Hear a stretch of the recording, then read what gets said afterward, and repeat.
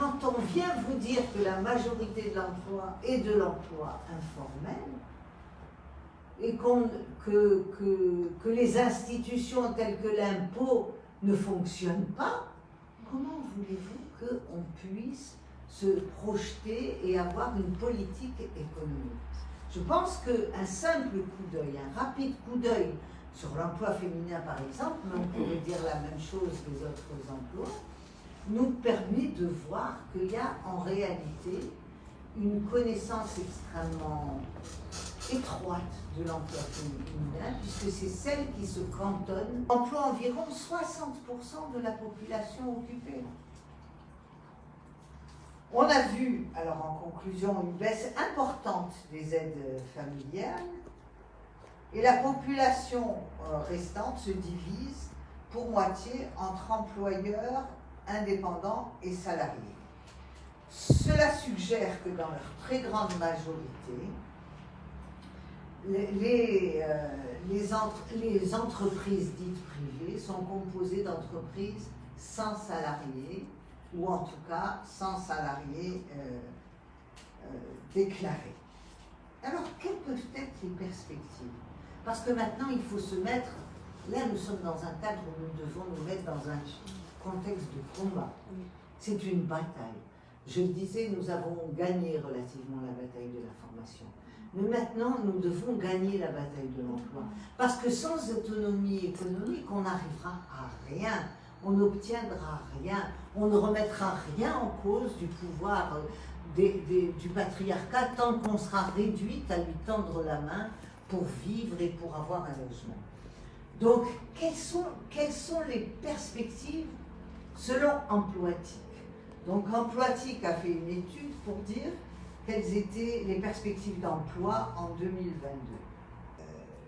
Moi, la lecture que j'ai faite des études qu'elles ont ramenées, c'est que souvent, une femme chef d'entreprise est un prête-nom.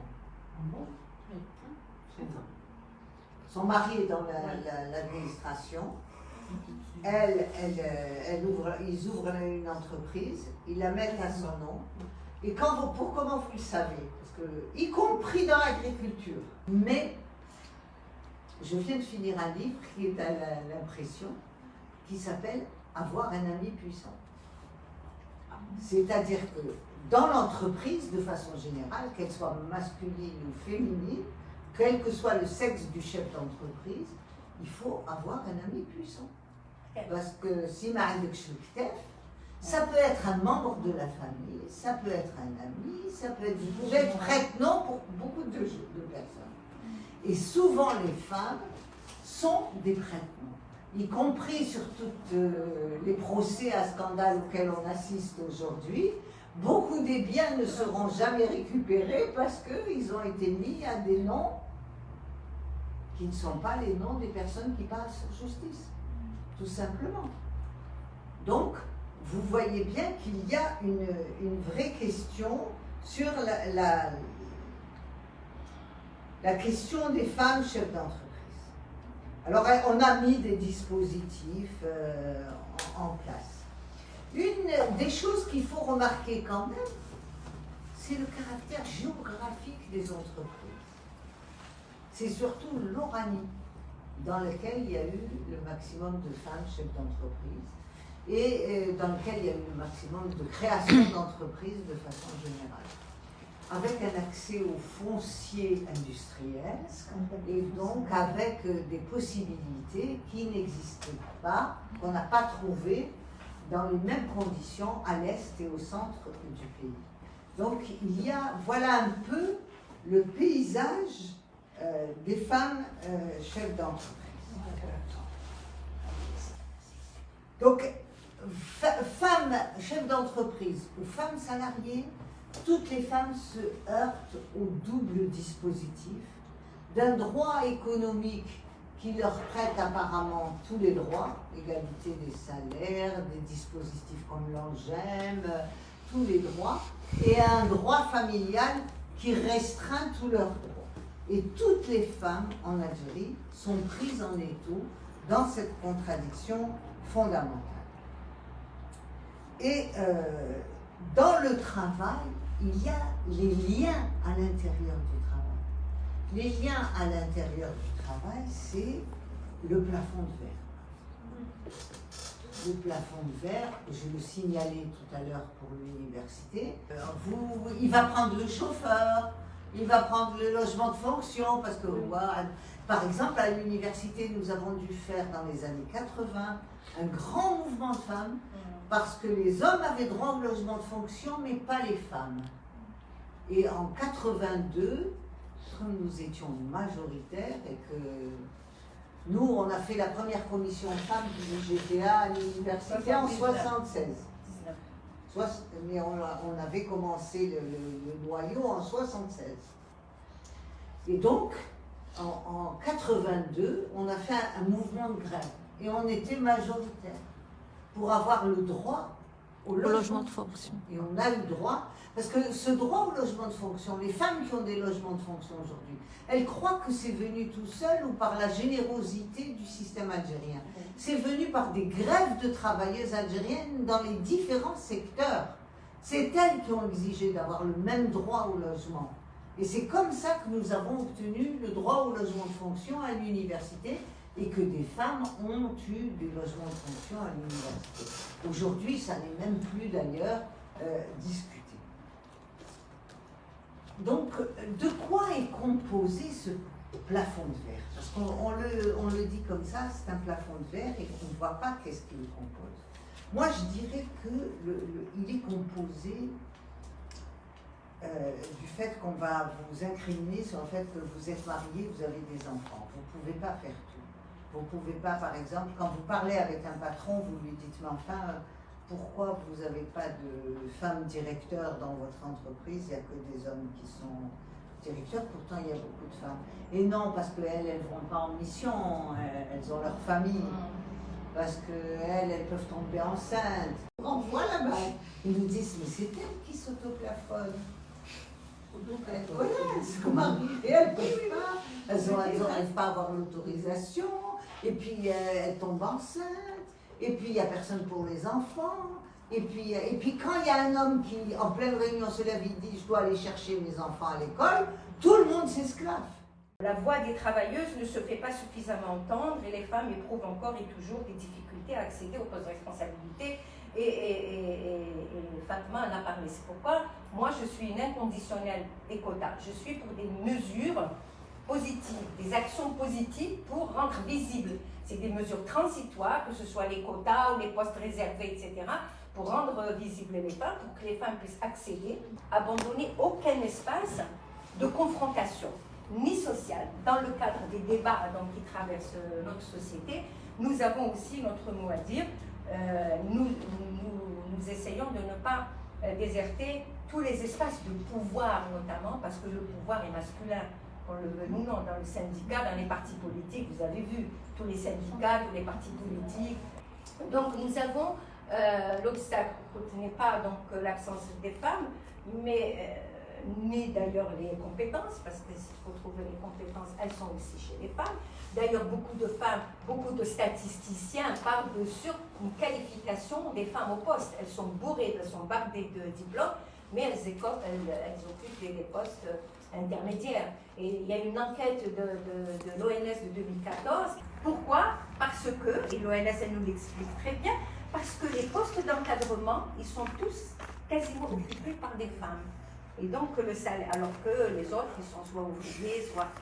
voilà, donc vous pouvez retrouver cette enquête. Alors, évidemment, c'est-à-dire si nous avons créé cette commission, c'est parce que nous voulions donc la promotion des femmes et nous voulons aussi que les syndicats intègrent de façon particulière les préoccupations qu'a les femmes. Et nous avons constaté que l'éruption des femmes sur le marché du travail a tardé à se faire représenter dans le syndicat.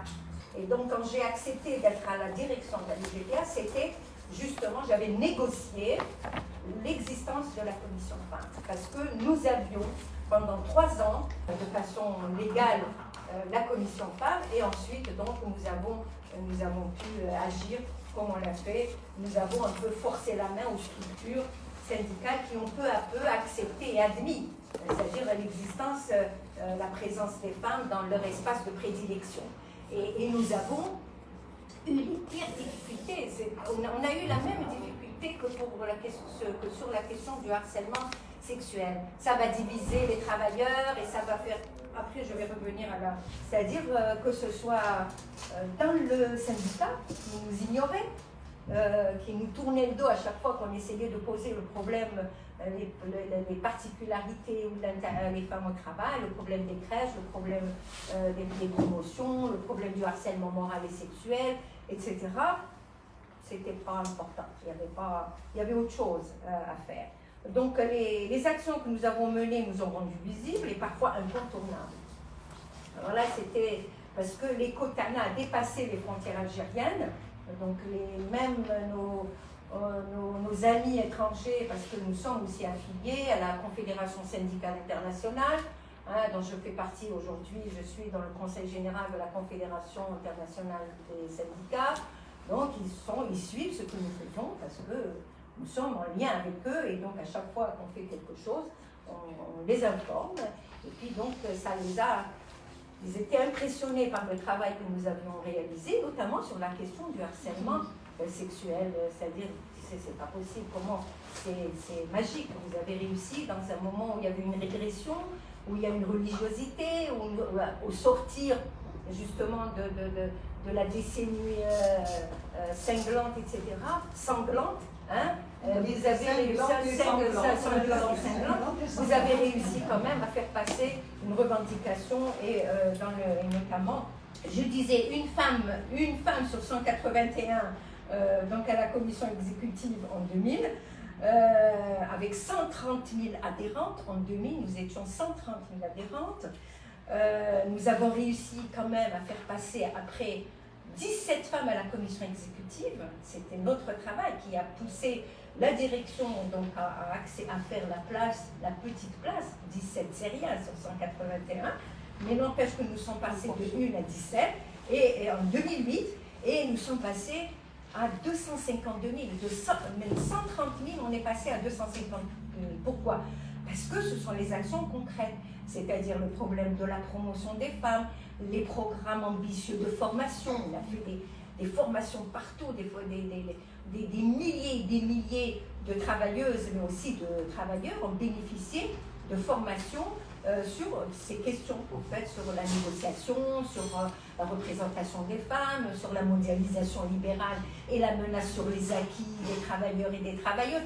Tout ça a fait, donc a nourri, je veux dire, cette envie d'adhérer au syndicat, de revenir au syndicat, parce que beaucoup avaient quitté. D'ailleurs, il y a une désaffection vis-à-vis des syndicats au niveau mondial. C'est pas quelque chose qui concerne seulement l'Algérie. La question du harcèlement sexuel, l'ouverture du centre d'écoute. Pendant 7 ans, quand même, on a assuré une écoute bienveillante, un accompagnement donc des femmes victimes de harcèlement sexuel. Nous avons organisé des campagnes de sensibilisation, notamment sur la question des violences en général. Et nous continuons jusqu'à maintenant sur la question du code de la famille, c'est-à-dire qui assure la permanence de l'oppression des femmes. Donc nous l'avons mis aussi en avant dans notre programme, et contre toutes les formes de violence et de harcèlement qui ciblent les femmes. Aujourd'hui, il n'y a aucun congrès, mais je dis bien aucun congrès, union de wilaya, union locale, fédération, qui ne prévoit pas des sièges pour les femmes. Nous sommes passés de 0, même dans les fédérations, par exemple, où il y a une parité, par exemple l'éducation, la santé, il y avait 0 femmes. Aujourd'hui, partout, il y a entre 15 à 30% de femmes dans les exécutifs. Et ça, c'est vraiment le travail qui a été mené par la commission femmes. On peut dire qu'il y a une petite révolution en cours à l'UGTA. Depuis septembre 2017, on a compté, je n'ai pas les dernières statistiques, mais vraiment, les femmes représentent à peu près sur 2 millions et quelques d'adhérents, des statistiques